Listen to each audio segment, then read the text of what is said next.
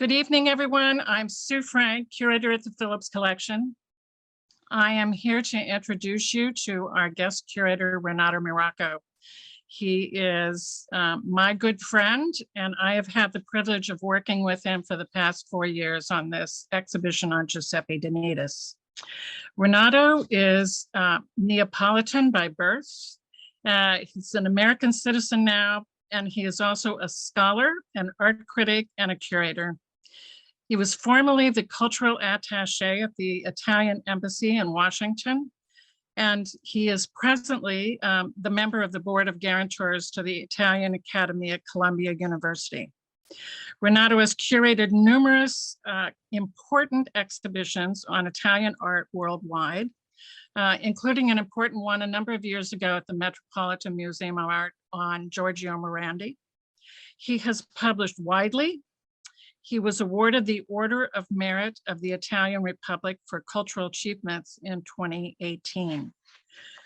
He has been a good friend of the Phillips Collection for many years while he was the cultural attaché, and has assisted the Phillips in a number of important gifts. I had the privilege of working with him 4 years ago on a small exhibition we did on a gift that he facilitated on the mid-century Italian artist Vice Lazzari, who is another individual overlooked and forgotten in post-war art.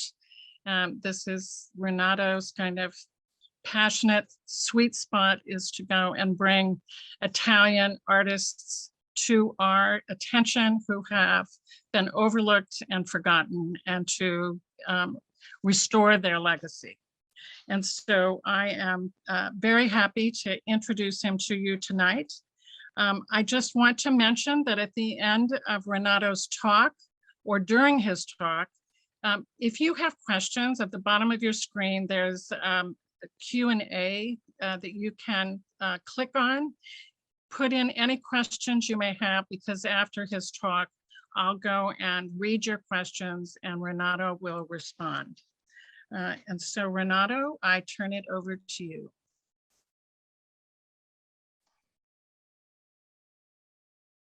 Thank you, my dear. Thank you, my dear Sue.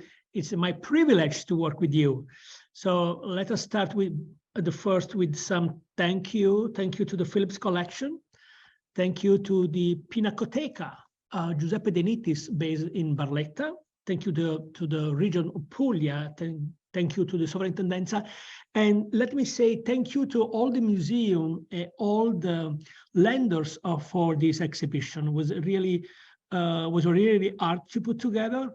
We had some 4 years struggling with COVID and so many issues, but we succeed.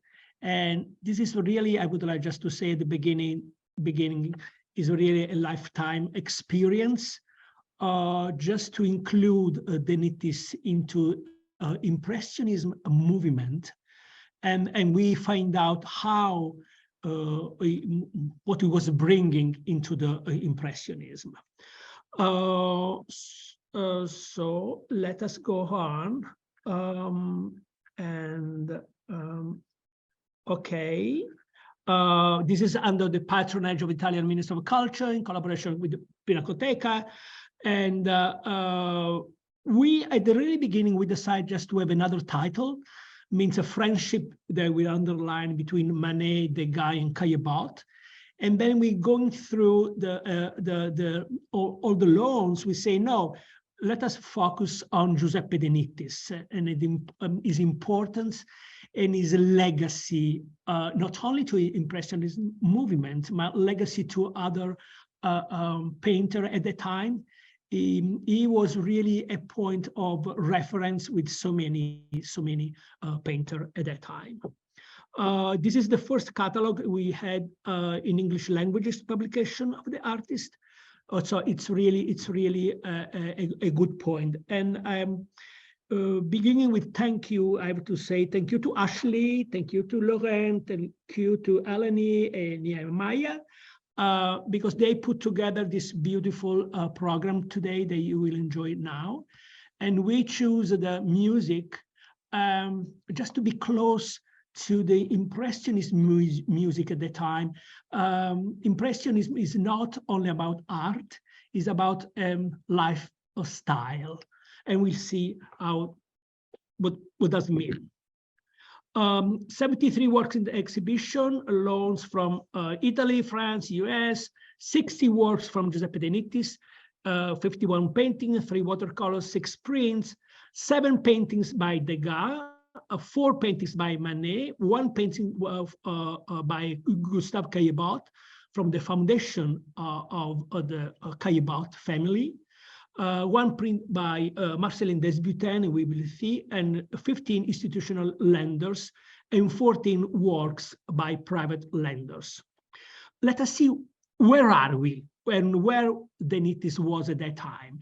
This is Apulia region, as you see, that is Barletta, where he was born, that is Bari, and this is the Apennines, and this is Campania, where he went just to study, because he didn't want just to attend the school. So the brother, after the suicide of his father, decided, let us move to Naples so you can attend the academia. But the academia really didn't like De Nittis, and De Nittis didn't like the academia. And all the teachers inside the academia say, no, darling, you don't have any talent. Go away. Go as a countryman. You have lands in your country, please. In your town, go away. But De Nittis stay in Naples. All the legacy of Leontine De Nittis, Leontine De Nittis, before she died, left 136 paintings, books, and letters to the city of Barletta. Now, after they moved so many places, all the collection is in this beautiful Palazzo della Marra and Baroque building in the center of Barletta. So we were talking about De Nittis. I was attending the academia. They kicked out the academia from the academia, and he was studying study of clouds, light, and atmosphere. And we see this is really a general theme in his production. And let us go ahead. This was the first studio of clouds. Now the Pinacoteca are really little. At that time, he was made this when he was attending the light school of Scuola di Resina with some friends. And he went with them around, try to catch, try to fix, try to put it in a little wood piece, just this strange atmosphere. We don't have any comparison at the time. In Naples, we had the Scuola di Posillipo. My Scuola di Posillipo is much more clear. And sometimes in one painting there, I would like just to show you now, then it is tried to be close to the Scuola di Posillipo. Is this one, farmhouse near Naples, 1866. And immediately the king of Italy, south of Italy, bought these paintings, bought 2 paintings by De Nittis. So De Nittis didn't have just to ask money to his family. At that time, he was 17 years old. So when he got 18, it was really sufficient. In fact, she went to Paris. This is the second one, 1867. Before going to Paris, was crossing the Apennines. It was just to underline, we saying the memory of me. And you see, I really likes the clouds. He really likes the rainy day. And you will see this theme, as I said at the beginning, going through all his production, either in London or in Paris or in Italy, in the south of Italy as well. You see again, approaching the storm, 1869, really, it's really important. It's really one masterpiece that you can see as soon as you enter into the gallery, you can see this beautiful painting. Gulf of Naples, Reflection of the Sun. I would like just to point out how we was using oil. It's really a light oil. He'll try to have this atmosphere cloudy, sunny, with really a poor oil. And I would like just to point out the bottom of the paintings with a little black hole means that's the window of the house. And I was in Naples. I wasn't born in Naples, and then I moved when I was 16 and a half. But in such a day, if you walk through Via Caracciolo, you will see exactly the same atmosphere. It's really amazing how De Nittis was reproducing this really foggy light. But this is something really important. De Nittis did that paintings in 1869. Degas did the same study of light in 1869 in Normandy. And all this study that we are seeing by Degas, he kept in his studio because he wants to study the light, but he didn't want to sell it. So all these drawings, Duran-Ruel found in Degas' estate. The guy at that time was blind, and then he died in 1917. So they found all this study of light and related with 1869. Degas knew De Nittis, and I'll tell you when he met De Nittis. 1869, the train passes by, owned by the Pinacoteca Giuseppe De Nittis in Barletta.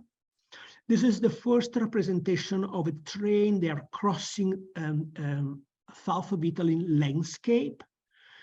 Why? In 1867, the south of Italy was able to build a locomotive, a train. Before that, they were obliged just to buy from the French, from the Belgian.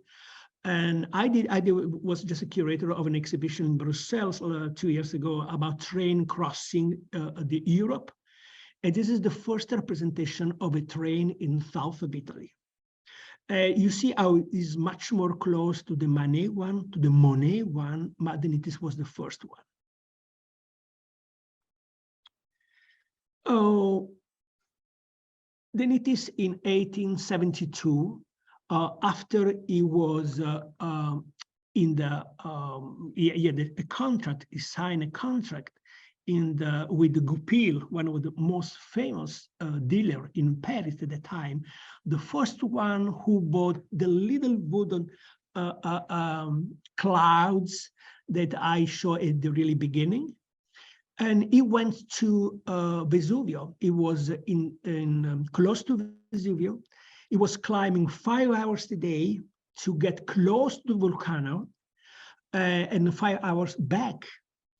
Leontine, his wife, was pregnant at the time of the third child, Jacques.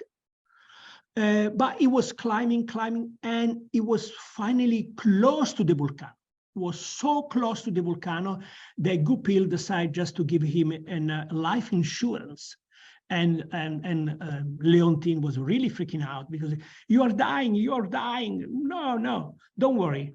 The volcano erupted on April 26, 1872, and De Nittis was really, really close.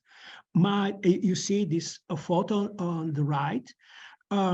Was made by Giorgio Sommer, an Italian-German photographer, who was the first one who was taking photo of the volcano erupting at that time, as Giuseppe De Nittis was the first one who was painting the volcano. Strange story between the two. One was kept by De Nittis in his collection. The other one he sold in London to a Austrian Jewish lawyer. The Nazi came, took the paintings. The monuments man rescued the paintings and returned to the family. So these twins are the first time together. As I said at the beginning, in this exhibition, we see a lot of first time together painting. This is not the guy, I'm sorry, it's wrong, is Giuseppe De Nittis, Torre Annunziata, but was owned by Degas, who bought from Leontine when De Nittis died. And in the exhibition, you see also a beautiful drawing of Degas of the Vesuvio. Another section of the exhibition is dedicated to the railways in the south of Italy. All this white road are the white road built by the Bourbons, who will try to connect in safely way city at that time. Then it is one on the right, the road from Naples to Brindisi in 1872, an award at the Salon. On the left, we have a road in Naples of Caillebotte. Caillebotte chose De Nittis to be his master, his teacher. So, and Caillebotte was the godfather of Jacques, the third child of the couple. And we are debating about scholar if for sure De Nittis paint the road from Naples to Brindisi in 1872. But we are discussing if the other paintings by Caillebotte was made in the same year or in 1875, when they met again in the south of Italy. I would like just to point out, you can see a little hat on the left, the Caillebotte paintings, and a little frame. That is De Nittis' hat. That is the frame of a painting De Nittis was doing at that time. It was an homage to from Caillebotte to his teacher De Nittis. From the top of the coach, 1872 or 1875, I would like just to point out this empty space that we see at the beginning here in the De Nittis paintings, and then as well in the Caillebotte one. But the empty space, the idea of empty space, as I said at the beginning, clouds, empty space are just some iconic theme in the production of De Nittis. This is what was just a chariot and coach booked by Caillebotte to go with his friend around in the south of Italy, and just to paint in an emotional way.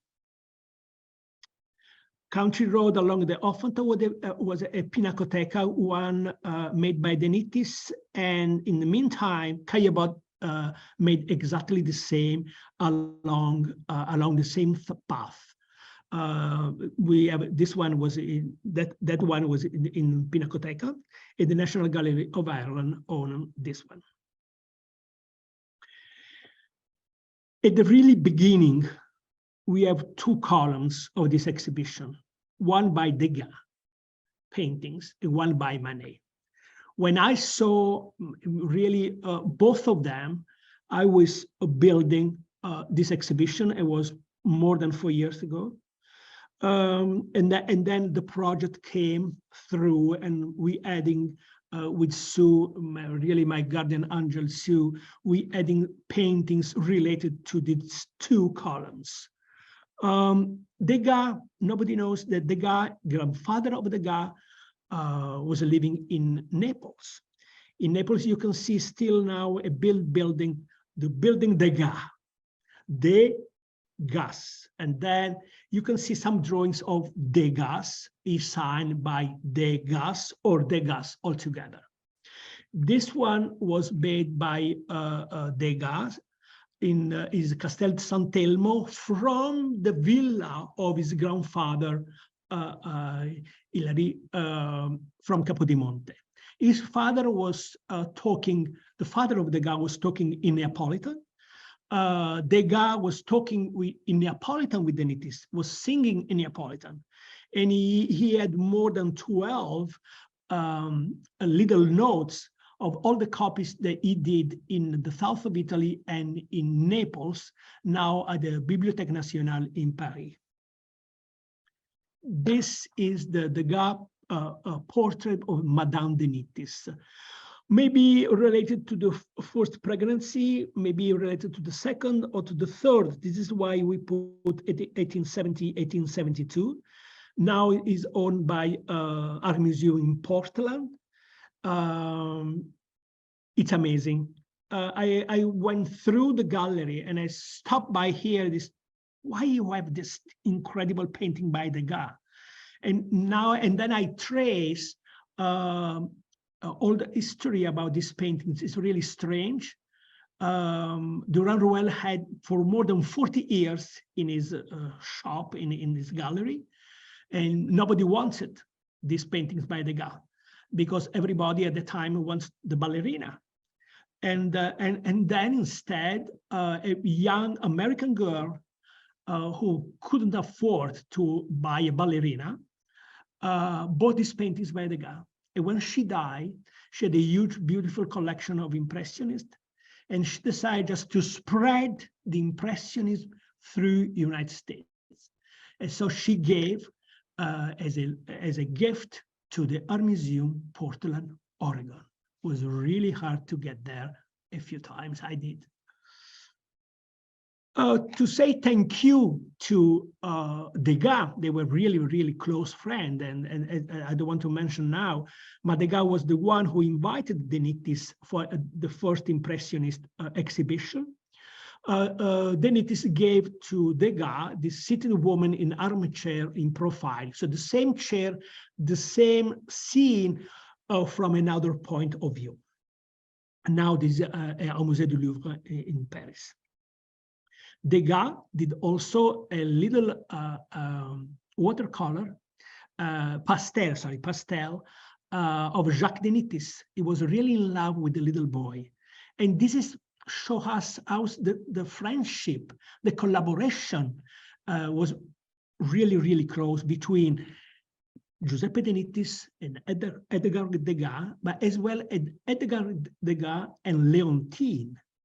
After De Nittis died, Degas wrote a lot of letters to Leontine, and De Nittis before and after, they were corresponding a lot. And it was really, really a close relationship. So unusual, because everybody knows that maybe Degas was a little bit misogynist, but the relationship that he had with Leontine was really, really close. And we have a lot of letters and proof of this. The other column is the Manet in the garden. In 1870, Manet spent 3 months in the country house of the couple, with the couple of De Nittis, Leontine and Giuseppe. And to say thank you to them, he gave to them in the garden the first en plein air paintings by Manet, now at the Schönbrunn Museum. For so many years, this paintings was called La Famille de Nittis au Jardin, but this is not Leontine. The other one on the right is not Giuseppe, and the little kid is not Jacques or other kids, Raffaele or other kids. This is the sister of Bec Morisot, who were passing by the Nittis house at that moment, and Degas was really paintings, as I say, the first en plein air paintings I gave to say thank you to the Nittis couple. We'll come back to these paintings later at the end of this presentation. We see how these paintings was important for De Nittis as well. Manet as well did a portrait of the artist Giuseppe De Nittis before 1883. He's really young. When we say before 1883, according to me, is quite in 1872, 1873, because here De Nittis is really, really young. De Nittis as well gives so many drawings, paintings to the Manet family, and when Manet died, some of them Suzanne Manet gave back to Leontine, as Leontine give back to her the paintings au jardin. Starting from 1873, 1874, De Nittis was changing his subject. Now he is le peintre de le Parisien, the painter of the people who are living, women who are living in Paris. This is the famous one presented at the Salon as well. Fait froid, goodness, it's really cold. And the print of these paintings, Degas had in his collection. We don't know exactly how many paintings or drawings Degas had by De Nittis. In the catalog, we have a list. Some other sources say about 20, 25. We don't know yet exactly the number. But anyway, this is a proof of, as I said before, of their close friendship. When De Nittis, this is another section of the exhibition. When De Nittis went to Paris, he was really, I went to London as well. He was really stuck by the change in Paris. And Paris was really changing after the Commune, after the Revolution, after the Commune, after the war, the Franco-Prussian War. So it was really a big construction. And De Nittis was called with Caillebotte, the urban impressionist. So they were having picture of the city at that time. This is another proof of the new paintings of De Nittis. This is the first drawing of the Place du Pyramide in 1875, owned by the Pinacoteca. You see the building now is on the right. So this is another one owned by the Galleria Moderna in Milano, is on the left. So he is switched from the right to the left just to have a much more deepness in the paintings. And the final version is this one. And when he was alive, there were more than two, he said there was more than 22 versions fake of the Place du Pyramide. I want just to point out the two girls and the little man in the middle of the paintings is Lepic with these two daughters. The same Lepic with two daughters that we see into Degas Place de la Concorde, now at the Hermitage Museum in St. Petersburg.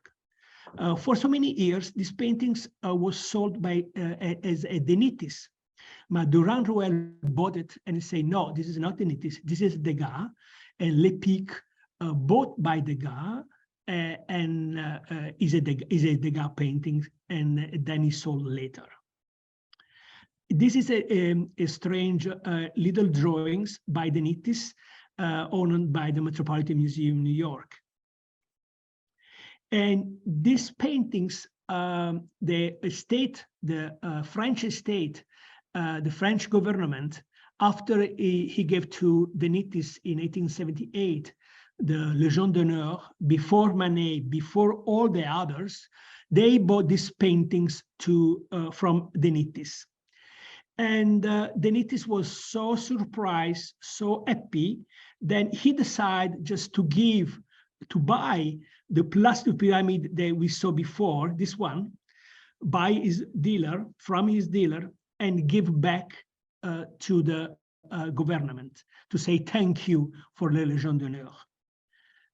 And you see how he's depicting the change of the class at that moment in this Parisien Place de la Concorde, now at the Musée Carnavalet. La Parfumerie Violette is always a beautiful paintings that Leontine De Nittis gave to the Musée Carnavalet as a gift in memory of the son Jacques, when after Jacques died, when he was only 33 years old. And this is unusual, it's so beautiful. When you see close, it's really beautiful.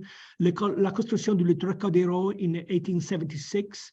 As you see, De Nittis was really fascinated by all the scaffolding of the building at that time, clouds, smoke, and atmosphere. Same atmosphere that we can see in the London paintings. This is Westminster Bridge by the Pinacoteca. And this was really, I would like just to spend a few words about this one.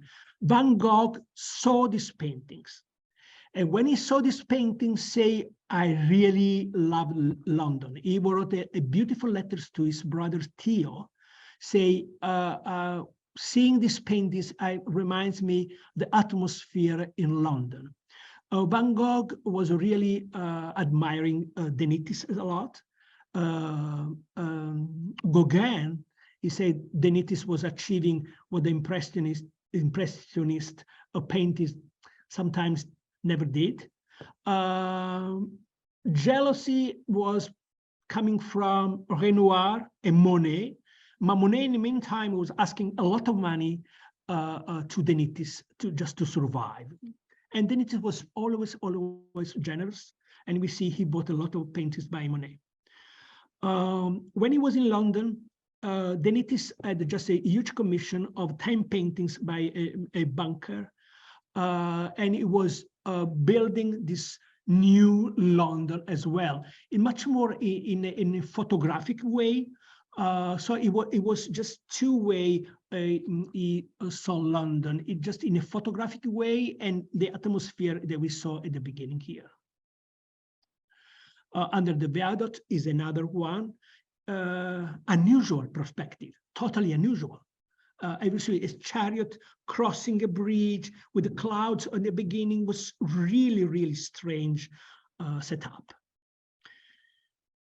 Another theme of the exhibition is about races.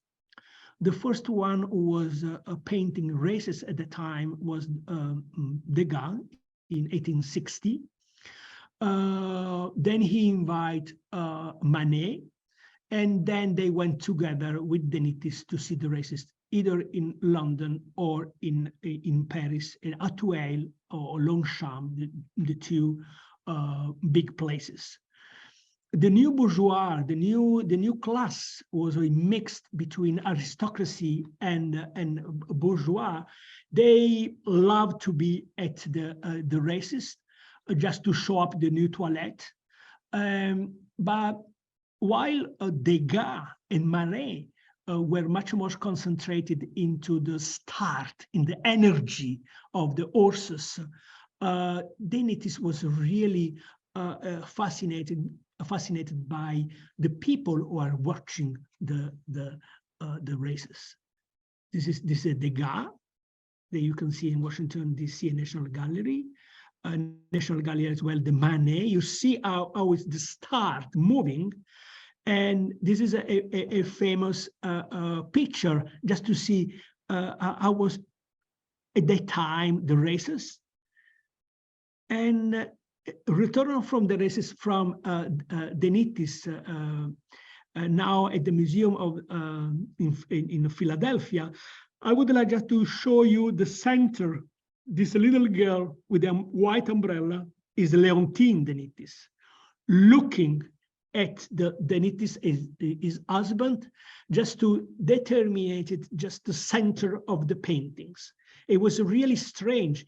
This really, she's looking at him, who is looking at her.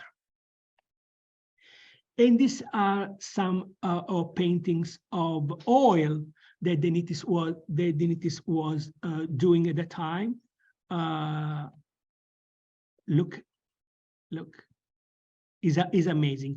All these paintings that we saw together, it's about, we can see that one is the version in oil. This is the version in pastel, now at the Galleria Nazionale d'Arte Moderna in Rome. This is Degas, with the same one in 1885, was doing some paintings, pastel, dedicated to the race.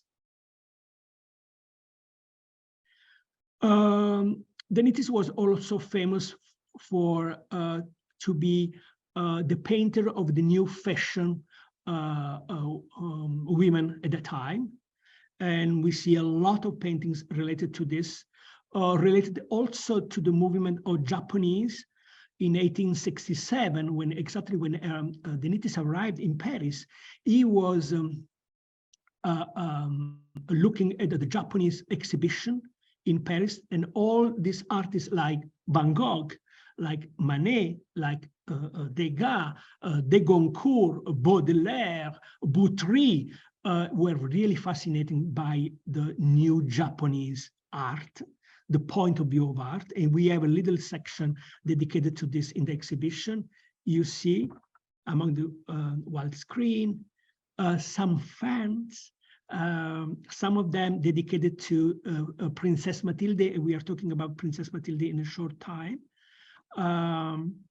De Nittis was also a really close friend with Watanabe Seitei.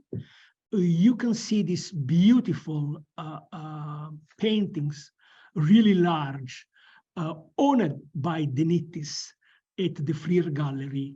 And we are planning to have just a lecture about this and the relationship between De Nittis and Seitei. De Nittis was learning from Seitei how to use 2 or 3 brushes in the same time in a different format. First, collage by De Nittis, also related with the Japanese art. Snow effect as well. A portrait of a woman, as I said before, all the this hat is the same hat that Manet was using, the guy was using, and you can see both paintings in the exhibition. As I say, is a lifetime experience. You can see to your grandchildren. I was there and I saw. Look at Leontine. Leontine was really jealous, so she preferred to be the model of De Nittis. I would like just to point out a little bit about this. Manet and De Nittis were doing the same portrait. Women with a cat by Manet, women with a black cat by De Nittis, same month, same year. What does it mean? Not they are copying each other, but they are visiting studio each other.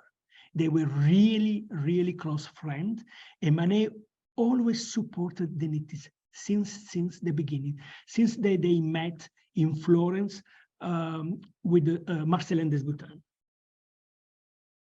De Nittis was also a collector, as I said before, and in his huge collection, and then Leontine survived because she sold the collection when De Nittis died. They had beautiful 4 paintings by Monet. We only pick picture of 3. We have the Bec Morisot that De Nittis bought in 1879. He was also friends with La Princesse Mathilde. Princess Mathilde was called La Notre-Dame des Arts. She was really a patron of the art. She was supporting so many artists, and De Nittis dedicated these paintings to Le Salon of Princess Mathilde in 1883. But he did this oil, and in the meantime, he did also a pastel, now in a museum close to Paris. And if you can see, the atmosphere is totally different. The first one is black oil, just in the dark. This is totally shiny in pastel. And we can see here Leontine and De Nittis, and the 2 figures here on the left. But in the final oil, the 2 figures disappear. This is one of the photos with the Princess Matilde in the garden of De Nittis house, beautiful house in Paris. De Nittis was also, we have a little section in the exhibition dedicated to the printmaking. With Degas, Lepic, he was studying etchings or monotype, and one at the Cadar studio. In the one night, 20th of February, 1875, Desboutin, Hirsch, Degas, and De Nittis were all together taking picture of each other. In the exhibition, you can see a little copper, a piece of copper where you can have in your hand just to portrait your friends. And it's really, really amazing. It must show also I was experimental at the time with them. And this is why he was chosen by Cadar to be in this beautiful exhibition, in beautiful books dedicated to aquaforte and etchings at the time with Degas. Degas, von Hirsch, portrait of Degas. Marcellin Desboutin, portrait of Degas. La danseuse Occlé-Gozin, 1873. This was the etchings that De Nittis made, and Cadar, as soon as saw this one, he said, "You have to be in my studio working with the other artists." Degas the Road and Pinacoteca. This is a monotype. The monotype, you can use your hands because you can retouch with ink the final proof. The last works of De Nittis in 1883, 1884, we have, do you remember the train passes? Now trains passing, they're crossing of the train. It's something really abstract. De Nittis was there and say, I was really freezing. I couldn't get away from this atmosphere of clouds, train, fog, all together. And then in 1884, the breakfast in the garden was showing at the salon. Really, this painting is amazing. You can see in the exhibition, in the first row, you have just an empty seats. Caillebotte, Monet did as well painting of a table with empty seats in the first row. And de Goncourt used to say that the paintings by Caillebotte and the paintings by De Nittis were really twins. And this is really an homage to his family, to the wife Leontine, and to his son Jacques. Last paintings. In the last 10 days before he died, he did 3 versions of the hammock in 1884. And he was, in the meantime, he was writing, I can't paint anymore, because he died as a brain stroke. So I say, I can see, because I see only little hole in my eyes. But the 3 sequence of the same subject from a different point of view is just guiding us which will be the next step in the career of De Nittis. He was thinking, as we see at the beginning, the triptych, he was thinking something related with movie, same scene from a different point of view, and you can see the 3 versions of the hammock.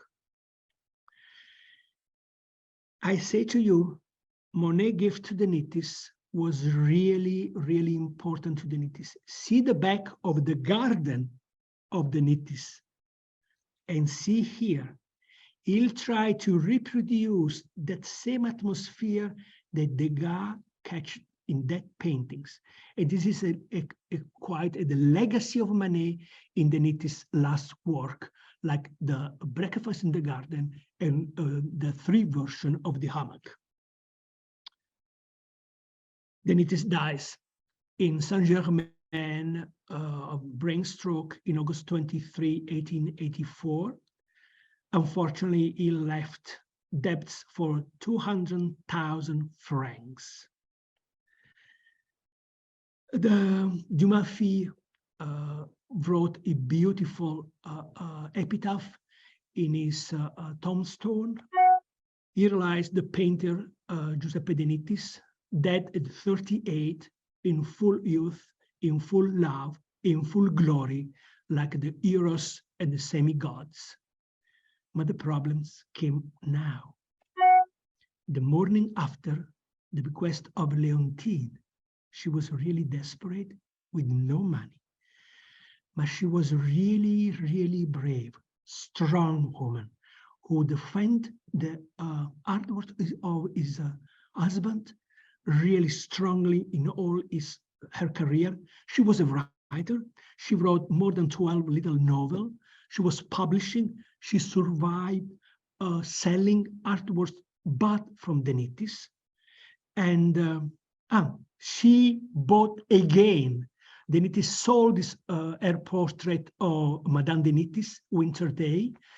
De Nittis sold, but before she died, she bought again. Really, and she gave all the paintings to the city of Barletta, as I say at the beginning of this presentation. It was really, really incredible.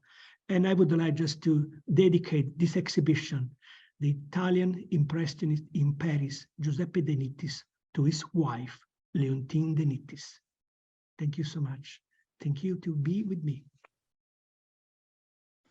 Renato, thank you. That's marvelous. And we have lots of questions. I have 13 questions. Oh my goodness, you've got to. I'm ready. So you're ready. I'm ready. I'll write down. Do you want to? Yeah. Yeah. So one person is just trying to confirm that the date of the train's passing was 1869. Yes. And we know that is the thing. And then another individual, Marilyn, asked about who is in that portrait from Portland Art Museum. She didn't get the name. Degas painting. Leontine De Nittis. Right. The wife. Exactly. It's the artist's wife, Leontine. Leontine. Yes. Who was really, really close friend with Degas. They corresponded a lot of letters together. Right. And so Margaret is just confirming that, asking if the paintings that you showed in the PowerPoint tonight that are not actually in the exhibition. Which one? If they're reproduced in the catalog for the publication. Which one? The Jacques one, the pastel by De Nittis, by Degas? Yes, all of the ones that are not in the exhibition, but you spoke about tonight. Yeah, I think that they were all reproducced in the different essays of in the catalog. In the catalog. Yeah, I just choose tonight. Maybe only 2 paintings is not in the exhibition tonight. Generally, all are in the exhibition tonight.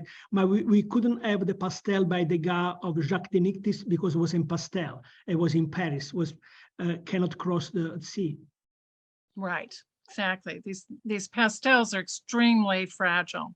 Yeah. So we have a question, Renato. How could such a talented artist represented by a major gallery like Goupil be virtually lost? Is there any thought that there are paintings of his that are still left to be discovered? For sure, a lot of paintings has to be discovered.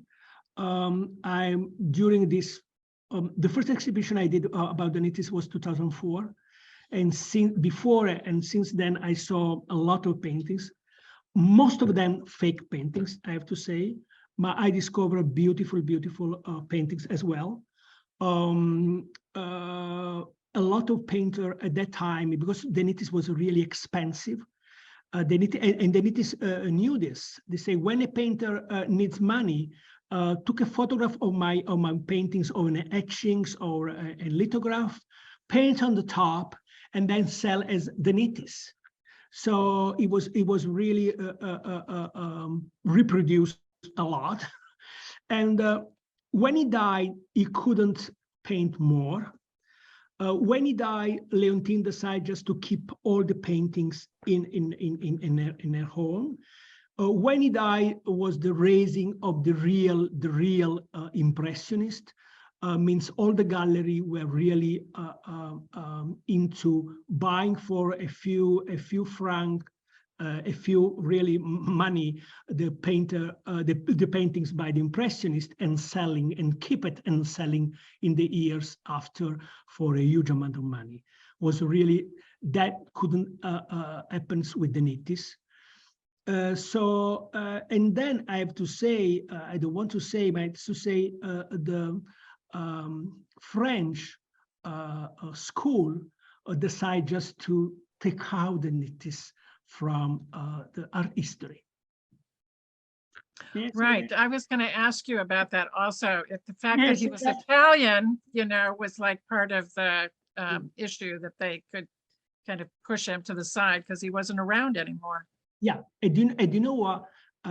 Exactly yesterday, I had an interview with a French-American newspaper, and say the French are asking why you are doing an exhibition about De Nittis Impressions. No more, absolutely not. Till now. Mm-hmm. I know, exactly. So we have another question, Renato. We still have more. So we have this question. Many Impressionist painters distant themselves from Degas because of his anti-Semitism. And what was De Nittis's thoughts about this? Was there anything in De Nittis's notes or his diary that indicated anything about his concern about Degas' anti-Semitism? No. Never. He never was talking about anti-Semitism into Degas. They were really close friends. They were fighting a lot, but I didn't have any trace of a correspondence about this. So another person, Margaret, is inquiring about De Nittis's prints. Yes. And so I think one of the things that, just to clarify here, is that the prints that De Nittis made that we are featuring in the exhibition, were there very many examples of those pulled, and were they sold commercially? They were sold commercially. They were sold a lot of commercially. They did just a series of 1 stage, 2 stage, 3 stage, maximum 4 stage of the same subject, maximum 4. Okay. And later, after De Nittis died, some printer did just another version of the one. But originally, there were only 4 stages of the same one. De Nittis was sold also to Goupil. Right. He broke the contract with the Goupil in 1872, so he didn't have any dealer when after 1872 he didn't have any dealer. He had some dealer in London and in Paris who would just have 2 paintings, sold 2 paintings, but was not in the school of Goupil at that time. But then De Nittis sold also, that was really a big mistake according to me, sold just to Goupil and to some other people the reproduction of his painting. Right. I was going to ask you about that because the Place des Pyramides was an 1875 work and it was very successful. Goupil bought that, right, from De Nittis. And he bought the rights to reproduce it, and he reproduced it. And, and I was just reminding myself, it was, he had it reproduced in the United States, yes, in Germany, yes, in The Hague, in Paris, and in London. So that painting was reproduced, commercially in every possible market. And he had also the right to the road between Naples and Brindisi. Ah, He had the rights from so many paintings by De Nittis, and he was sold all these prints, not only prints, photograph, gravure. There were a lot of technique at the time just to reproduce the paintings. And this bourgeois, the very rich, can buy the real paintings, but the bourgeois, they put just in their house a reproduction. Who cares? right. And so was De Nittis, another question is, was De Nittis wealthier than other Impressionist artists at the time? Absolutely, yes. It was really wealthy. Okay, wealthy means that he was living on the edge, or the edge means it was only the furniture of his last houses that he owned in Paris, and he bought just with the debt with the bank. All the little things cost more than 150,000 francs. I don't know. It's right now it's about 500,000. And he was selling, but he was spending. It was spending more. It was selling. That's one of the points. This is why he decided just to retire in the last year in the country house, because he couldn't afford to have his house in Paris well functioning and with the same. Every single Saturday, he had a huge dinner with more than 40, 50 people. Oscar Wilde used to go to De Nittis' house when he was in Paris. You know what I mean? So Manet, Degas, Tissot, he was really kind of friend with Tissot, all Goncourt, all these people used just to go every single Saturday, have a dinner with De Nittis. This is a question that I want to follow up on, Renato, because one of our audience named John, he's asked a question that we've kind of gone and talked about before, which is how De Nittis, who such a completely, skilled and beautiful painter, how he could have fallen out of the canon. But this is the question I wanted to ask that's kind of a follow-up, is that, with De Nittis having all of these kind of well-known people from the cultural world of Paris at the time, writers, critics, as well as other artists like Manet and Degas coming to his home regularly. Yeah. How was it that all of that attention just disappeared after he died? Somehow, none of those individuals made an effort to kind of keep his reputation alive. Yes. It's kind of sad. Yes, it's really sad. Clarité, de Goncourt were really close to the family to the end. Dumas-Fils was the godfather of Jacques, by the judge, say, your godfather now, it's Dumas-Fils. And Leontine was trying to keep all together.